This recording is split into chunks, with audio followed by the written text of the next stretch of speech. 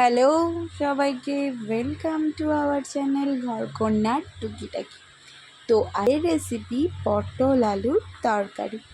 এত সুন্দর এবং এত লোভনীয় সহজ পদ্ধতিতে পটল আলুর তরকারি করার জন্য তোমাদের কিন্তু খুব বেশি কিচ্ছু উপকরণ লাগবে না।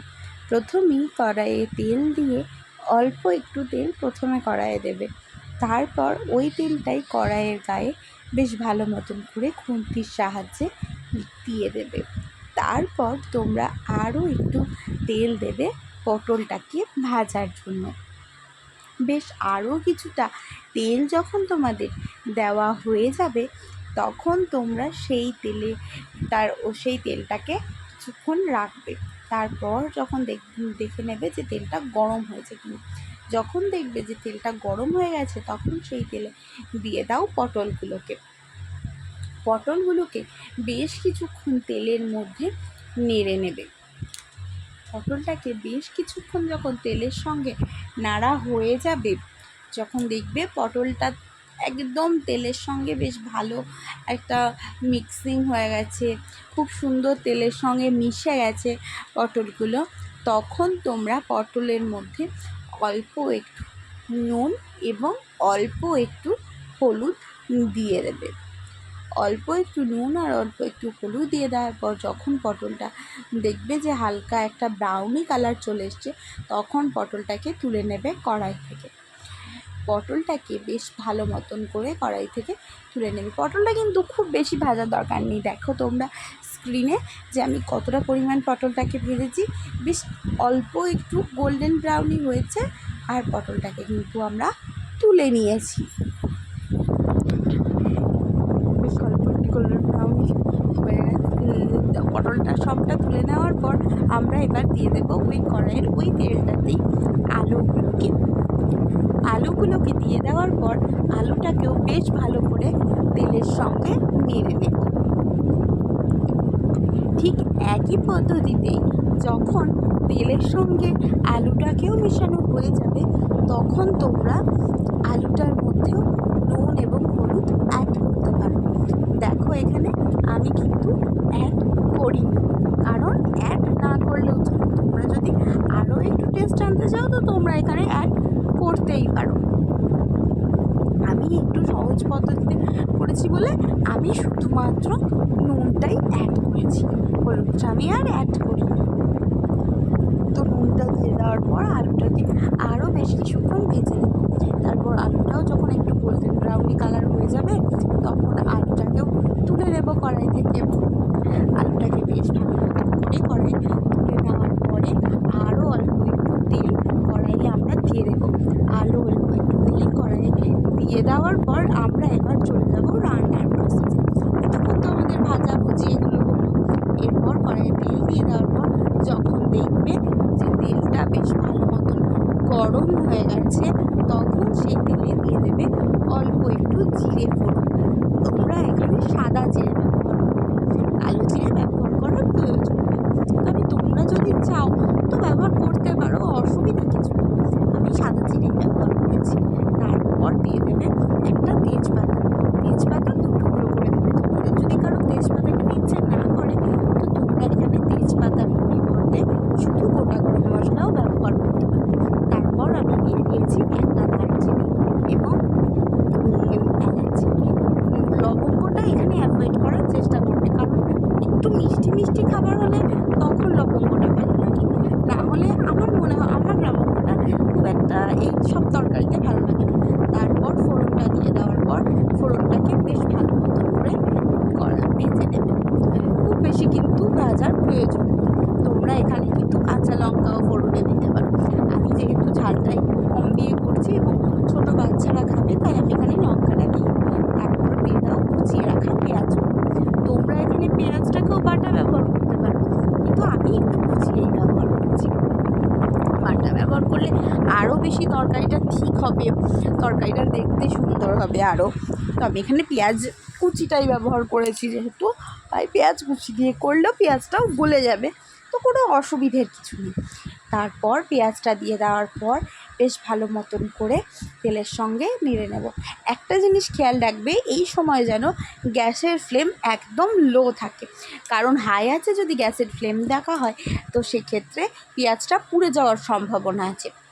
তারপর পেঁয়াজটাকে একটু নরম করার জন্য আমরা দিয়ে দেব অল্প একটু নুন। অল্প একটু নুন দেওয়ার পর যখন পেঁয়াজটা বেশ ভালো মতন নরম হয়ে যাবে তখন আমরা তার মধ্যে দিয়ে দেব আদা রসুন বাটাটা। আদা রসুন বাটা দেওয়ার আগেও তোমরা যদি এখানে টমেটো কুচি ব্যবহার করতে চাও তো তোমরা টমেটো কুচিটা দেবে, তারপর যখন টমেটো থেকে কাঁচা গন্ধ ছেড়ে যাবে তারপর পেঁয়াজ রসুনটা দেবে। আমি যেহেতু টমেটো কুচি ব্যবহার করব না, টমেটো সস ব্যবহার করব, তাই আমি এখানে টমেটোটা একটু পরেই দেব। আদা রসুন বাটাটা দেওয়ার পর যখন দেখবে আদা রসুন বাটা থেকেও একটা উগ্র গন্ধ চলে যাচ্ছে তখন তোমরা এর মধ্যে দিয়ে দেবে টমেটো সসটা। টমেটো সস কিন্তু খুব বেশি ব্যবহারের প্রয়োজন নেই, কারণ টমেটো সস তো একটু টক হয়, তো সেক্ষেত্রে খুব বেশি টমেটো সস দিলেও আবার জিনিসটা খেতে ভালো লাগে না, একটু বেশি টক টক হয়ে যায়। তো টমেটো সসটা দিয়ে দিলে, টমেটো সসটা দেওয়ার পরেই দেখবে টমেটো সস থেকে একটা গন্ধ তোমার নাকে আসবে। যখন সেই গন্ধটা চলে যাবে, সম্পূর্ণরূপে সেই গন্ধটা চলে যাবে, কষতে কষতে কষতে কষতে দেখবে কিছুক্ষণ পরই সেই গন্ধটা চলে যাচ্ছে। সেই গন্ধটা চলে যাওয়ার পরেই কিন্তু তোমরা আদার্স মশলাগুলো অ্যাড করবে, তার আগে কিন্তু কখনোই আদার্স মশলা অ্যাড করবে না। যদি তার আগে তুমি আদার্স মশলাগুলো দিয়ে দাও তাহলে কিন্তু টমেটো কেচাপের যে উগ্র গন্ধটা ওটা রান্নার পরেও থেকে যাবে তরকারির মধ্যে। তো তোমরা যদি টমেটো সসটাকে খুব ভালো করে কষিয়ে নাও তাহলে তোমাদের এখানে টমেটো কুচি ব্যবহারের যে প্রয়োজনীয়তা বা টমেটো কুচি ব্যবহারের যে স্বাদটা আসতো তোমাদের ঠিক সেই স্বাদটাই আসবে। তারপর আমরা তেলের মধ্যে দিয়ে দেবো, ওই তেলের মধ্যে দিয়ে দেবো লঙ্কা। আমি এখানে ব্যবহার করলাম এমনি লাল লঙ্কা, এটা কিন্তু কাশ্মীরি লঙ্কা না। তারপর অল্প একটু ধনে গুঁড়ো, অল্প একটু জিরে গুঁড়ো, এরপর দিয়ে দেবো আমি কাশ্মীরি লঙ্কা গুঁড়ো, হলুদ গুঁড়ো, নুন, এসব যাবতীয় যা সব মশলা লাগে সব অল্প অল্প করে দিয়ে আমি বেশ ভালো মতন করে কষিয়ে নেব। তারপর দিয়ে দেবো শেষে সানরাইজে সবজি মশলা। যেহেতু আমরা এখানে পটল আলুর তরকারি সবজি ব্যবহার করছি তো আমি একটু সবজি মশলা দিয়ে তোমাদের যদি এখানে কষতে গিয়ে মনে হয় যে তরকারি হালকা একটু লেগে লেগে আসছে তাহলে তোমরা এখানে অল্প একটু জল, আমি ঠিক সেরকমভাবে হাতে করে ছিটে দিয়ে ব্যবহার করেছি, সেরকম করে ছিটে দিয়ে ব্যবহার করবে। বেশি জলও ব্যবহার করবে না, তাহলে কিন্তু না তরকারিটা বেশ ভালো মতন করে মশলাগুলো কষা হবে না, আর তরকারিটার টেস্টটাও না খুব বেশি ভালো আসবে না। তরকারিটাকে যেরকমভাবে আমি মশলাটাকে কষেছি ঠিক সেরকমভাবেই করবে, তাহলে দেখবে তরকারির টেস্টটা খুব সুন্দর আসবে। এরপর তোমরা এখানে ব্যবহার করবে হলুদ গুঁড়োটা। আমি হলুদ গুঁড়োটা তখন ব্যবহার করিনি, আমি এখন ব্যবহার করছি হলুদ গুঁড়োটা। তো এখন হলুদ গুঁড়োটা দিয়ে বেশ ভালো মতন করে তরকারিটাকে কষিয়ে নেবে। বেশ ভালো মতন করে তরকারিটা কষানো হয়ে গেলেই তোমরা বুঝতে পারবে যে যখন দেখবে মশলা থেকে তেল ছেড়ে যাচ্ছে তখন তোমরা সেই আগে থেকে ভেজে রাখা আলুগুলো দিয়ে দেবে। ভেজে রাখা আলুগুলো যখন তোমাদের তরকারির মধ্যে মশলার মধ্যে দিয়ে দেওয়া হয়ে যাবে তখন সেই আলুর সঙ্গে মশলাটাকেও বেশ ভালো মতন করে কষিয়ে নেবে।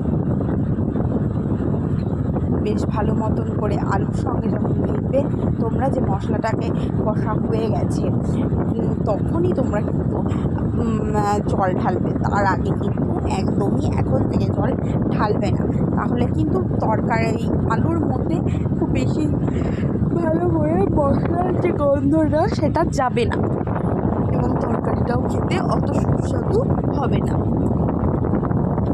বেশ ভালো মতন করে আলুটাকে কষা হয়ে গেলে তারপর অল্প একটু জল তোমরা ব্যবহার করবে। এই পর্যায়ে কিন্তু তোমরা নুন মিষ্টিটা চেক করে নিতে পারো। যদি তোমাদের মনে হয় যে হ্যাঁ নুন লাগবে তো তোমরা এখানে ব্যবহার করবে নুন। আমার মনে হয়েছিল যে আমার আরেকটু নুন লাগবে তো আমি একটু নুন ব্যবহার করেছিলাম। এবং তোমরা এখানে স্বাদ অনুযায়ী অল্প একটু চিনিও ব্যবহার করতে পারো। চিনিটা যদি এখন না ব্যবহার করে এর আগে ব্যবহার করো তাহলে আরও সুন্দর হয়। এভাবেই তরকারিটাকে ফুটিয়ে নেবে, বেশ গামাখা হয়ে যাবে, নামিয়ে নেবে, ব্যাস তৈরি হয়ে গেছে।